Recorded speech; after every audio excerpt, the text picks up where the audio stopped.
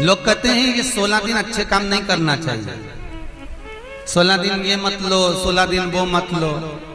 कौन सी पुराण में लिखा है? एक बार मुझे वो पुराण जरूर बताना कि 16 दिन ये सामान मत खरीदना, 16 दिन ये चीज मत लेना। क्योंकि शिव महापुराण में और शास्त्रों में वर्णन आता है कि 16 दिन श्राद्ध के हैं, ये पूर्वजों के हैं। आप पूर्वजों का नाम लेकर अपने पितरों का स्मरण कर कर तुम्हारी मर्जी पड़े वो खरीदो, तुम्हारी मर्जी पड़े वो लाओ, पर सबसे पहले उन पूर्वजों को सम्मान पूर्वक वो वस्तु समर्पित कर दो कि आपकी है, आपको संभालना है, आपने दी है, आपके द्वारा आई है। पूर्वज खुश होंगे। तुम्हें बढ़ता हुआ देखकर तो पितर खुद आशीर्वाद देते हैं। कौन माँ होगी जो अपने बच्चे को बद्दुआ देगी? कौन पिता होगा जो अपने बच्चों को बद्दुआ देगा? अगर माता पिता अपने बेटे को गाली भी देते हैं, बद्दुआ भी देते हैं, तो बाद में रोते हैं, आंख में से आंसू निकलती है। एक माँ अपने बेटे को चिल्ला देती है तो बाद में रोती है। अगर माँ अपने बच्चों पर हाथ उठा देती है तो बाद में रोती है। तो क्या मरने के बाद पितर तुमको बद्दुआ देंगे? नहीं, पितर आशीर्वाद देते, बस इतना जरूर कहते हैं कि मैं छोड़ कर गया था रे, मैं तुझे देकर गया था रे, मुझे भूल क्यों गया? तू थोड़ा देता क्यों नहीं है? मेरे को अन्न का भाग देता क्यों नहीं है? बस वो याद करते हैं, वो आपसे मांगने की, क्योंकि आप उसके पुत्र हो, आप उसकी संतान हो, आप उसके वंश के हो, आपसे ललकता है उसको, किसी दूसरे से नहीं।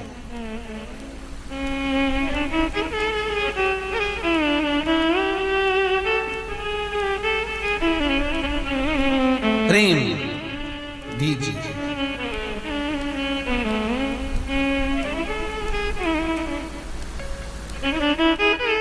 भले कोई किस भाव से आए उसका आदर हो, उसका सम्मान। कई लोगों का प्रश्न होता है, गुरुजी हम 4 भाइयों का परिवार है, पर पितृ दोष मुझ पर ही क्यों आ रहा है? मैं क्यों तकलीफ भोग रहा हूं? मेरे को क्यों कष्ट आ रहा है? मेरे क्यों पांव दुख रहे हैं? मेरे घर में क्यों ऐसी परेशानी आती है? सबकी सब तो सुखी है। ध्यान रखना, पितरों का जिससे लगाव होता है और जिसको पितरों ने दिया होता है, पूर्वजों लेता है कि 4 व्हीलर गाड़ी से आया है तो सेठ जी 10 रुपया देगा। कोई पैदल जाता है तो भिखारी भी सोचता है बेचारा क्या देगा, उसके पास तो खुद नहीं, पाँव में चप्पल नहीं पहना है, फिर भी हाथ फैला देता है कि दे दे तो ठीक है, नहीं तो कोई गाड़ी वाला तो देगा ना मुझको। उसी तरह घर के पूर्वज, घर के जो आहूत होते हैं, घर के जो पितर होते हैं, घर के जो वासुक होते हैं, घर के जो पूर्वज होते हैं, आशा उसी से लगते हैं जो दे सकता है। जिसके पास है ही नहीं उससे क्या आशा रखेंगे? जिसके पास कुछ है ही नहीं उससे आशा रखना क्या?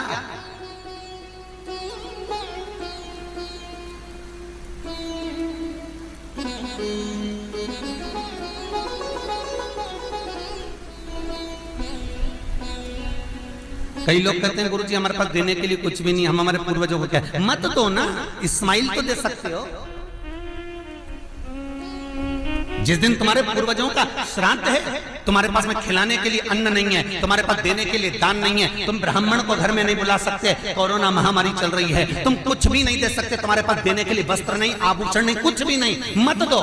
निवेदन है बस चेहरे पर प्रसन्नता रखकर, एक निवेदन है कि चेहरे पर प्रसन्नता रखकर उस दिन अपने पूर्वजों को याद जरूर करना और कह देना कि आप ही का दिया हुआ है जो हम खा रहे हैं, हम पर करुणा करना। हमारे पास कुछ भी नहीं है, डब्बे में से गुड़ या शक्कर निकालकर अरे गैस को लाइटर से जलाकर उसकी अग्नि में छोड़ देना, पर 2 दाने शक्कर के छोड़ना जरूर, जिससे वो जीवात्मा दरवाजे पर आकर भूखी ना जाए, उसके मुख में कुछ तो चला जाए और वो जीवात्मा तुम्हें आशीर्वाद दे जाए। तुम्हारे पास कुछ ना हो तो इतना तो दे सकते हो साहब, इस्माइल तो दे सकते हो, प्रसन्नता तो दे सकते हो, मीठी वाणी तो दे सकते हो, अपने पूर्वजों को याद तो कर सकते हो, अपने इष्ट को याद तो कर सकते हो, जिसने दिया है उसका गुणगान तो गा सकते हो।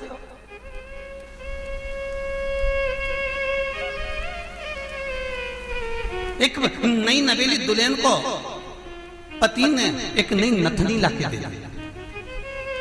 कबीरदास जी लिखते हैं नथनी दी यार ने तो दिया बखान।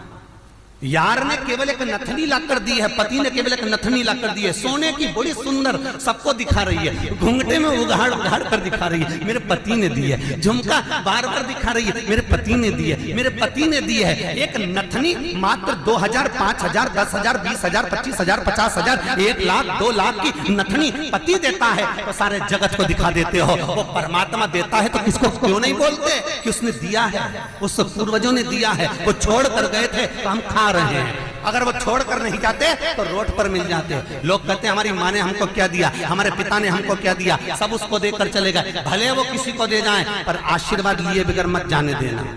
भले वो कितना भी पक्षपात करें, भले वो कितनी भी बेईमानी करें, भले वो कितना भी कपट करें, वो सारी जायदाद उठाकर किसी को भी दे दें, पर उन माता पिता का सम्मान जरूर करना, क्योंकि वो मरते मरते आशीर्वाद जरूर दे जाएंगे कि मैंने तुझे कुछ नहीं दिया, ले मैं तुझे आशीर्वाद देता हूँ, और तुम्हें आशीर्वाद मिल गया तो तुम निहाल हो गए। वर चाहिए, आशीर्वाद चाहिए, धन दौलत नहीं।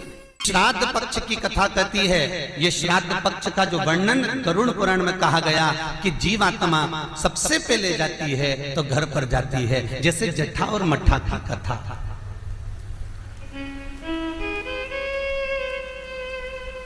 दो भाई हैं, जट्ठा और मट्ठा, दोनों साथ में रहते थे, पर इनकी जो धर्म पत्नियां थीं आपस में कुछ भेदभाव हो गया, दोनों अलग अलग हो गए। जट्ठा बहुत धनपति था, मट्ठा थोड़ा सा गरीब था, दोनों अलग अलग रहे। जट्ठा का बिजनेस अच्छा चलता है, जट्ठा का धन बहुत सारा है, संपदा बहुत सारी है, क्योंकि माता पिता का सारा धन जट्ठा ने अपने कब्जे में रख रखा था। सारे माता पिता की जितनी प्रॉपर्टी थी, जितना वैभव था, जितनी सत्ता थी, जट्ठा ने अपने कब्जे में रख ली थी। और मट्ठा ऐसे ही बेचारा सहज भाव का, भोला भंडारी, सरलता का भाव वाला चल दिया, अपना बोरी बिस्तर उठाया, अपनी पत्नी के साथ, बच्चों के साथ चले गए।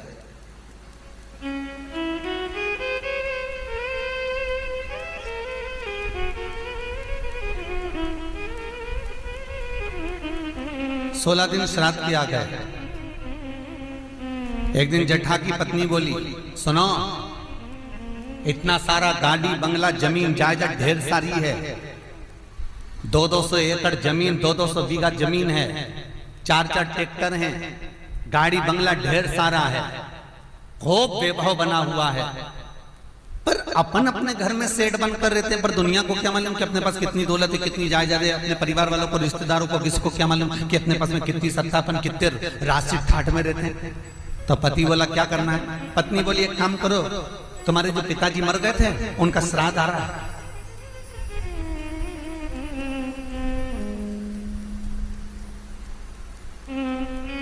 तुम्हारे जो पिता चले गए थे उनका श्राद्ध आ रहा है,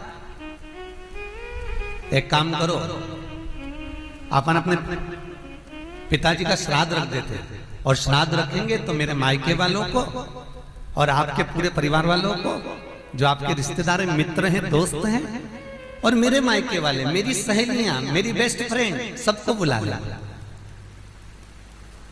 और उनको बड़े प्रेम से अपन भोजन करा देंगे। इतने में जट्ठा बोला कि भोजन बना तो खिला तो देंगे, पर भोजन बनाएगा कौन, इतना सारा फैलारा हो जाएगा, उठाएगा कौन। इतने में तुरंत जट्ठा की पत्नी बोली, वो देवर और देवरानी क्या करेंगे, बाप तो उनका भी था, पिता तो उनका भी था, वो आए देवरानी, और देवरानी आकर भोजन बनाए और देवर आकर बर्तन मांजे। चलो निमंत्रण सबको देने जा रहे हैं तो उनके घर भी चल जाए। आवाज लगाई, मट्ठा, अरे ओ मट्ठा। मट्ठा ने दरवाजा खोला, छोटा सा झोपड़ा, गोबर से लिपा हुआ घर। मट्ठा हाथ जोड़कर बोला, बड़ा भाई आया है, बैठो भैया, हम बैठने नहीं आए तेरे घर में, कल पिताजी का श्राद्ध है, तेरे को बर्तन मांजने आना है, दुल्हन को भोजन बनाने आना है। श्राद्ध पक्ष में हमने ब्राह्मणी ढूंढी थी, बामनी भोजन बनाने वाली मिल नहीं रही है, सब लगी हुई है इधर उधर, देवरानी को ले आना। भाभी हम आ तो जाएंगे, पर निवेदन इतना सा है कि पिताजी का श्राद्ध है, तो मन कर रहा है कि हम थोड़ी सी धूप छोड़ दें, इसके बाद आ जाएंगे।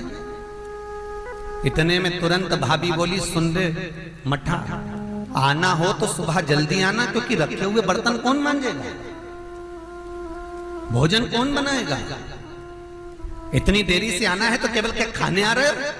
आने की जरूरत नहीं है, तुम दोनों की जरूरत नहीं है मेरे को, मत आना तुम। छोड़ दिया। जेठा गया, अपने ससुराल वालों को बुला लिया, मायके वालों को बुला लिया, सबको बुलाया। पितृलोक से जिसकी तिथि होती है, पितरों के भगवान जिनका नाम है आर्यमा स्वामी, कौवे पर बैठकर जिसकी तिथि होती है, उस तिथि के जीव को कौवे पर बिठाकर आर्यमा स्वामी लेकर आते हैं, और जिसकी यहाँ श्राद्ध होती है उसकी छत पर कौवा छोड़ते छोड़ते जाते हैं। इसलिए हिंदू धर्म में श्राद्ध में कौवे का बड़ा महत्व होता है, क्योंकि पितरों के देवता आर्यमा स्वामी कौवे पर बैठते हैं, और उसी कौवे पर हमारे घर के जीवों को लेकर आते हैं। और सबसे पहले वो जीव कहां जाता है श्राद्ध पक्ष में? बहुत ध्यान से सुनना गरुड़ पुराण का ये चरित्र। सबसे पहले वो जीव कहां जाता है? जो घर का सबसे पुराना घर होता है, जहां पर घर का बड़ा बेटा रहता हो, जहां पर घर का पुराना मकान हो, पुराना घर हो, वहां वो जीव जाता है। 3 वृक्ष पितरों के तुल्य हैं। पहला पीपल, दूसरा बटवृक्ष, तीसरा बेलपत्र का। बेलपत्र का कभी अनायास श्राद्ध पक्ष में आप कुछ भी ना कर पाए, कुछ भी ना कर सकते हो, तो एक पत्ते के ऊपर कोई सा भी पत्ता ले लो, चाहे पान का ले हो, कोई पीपल का ले हो, कोई भी पत्ते के ऊपर एक पुड़ी, थोड़ा मीठा थोड़ा नमकीन रखकर अपनी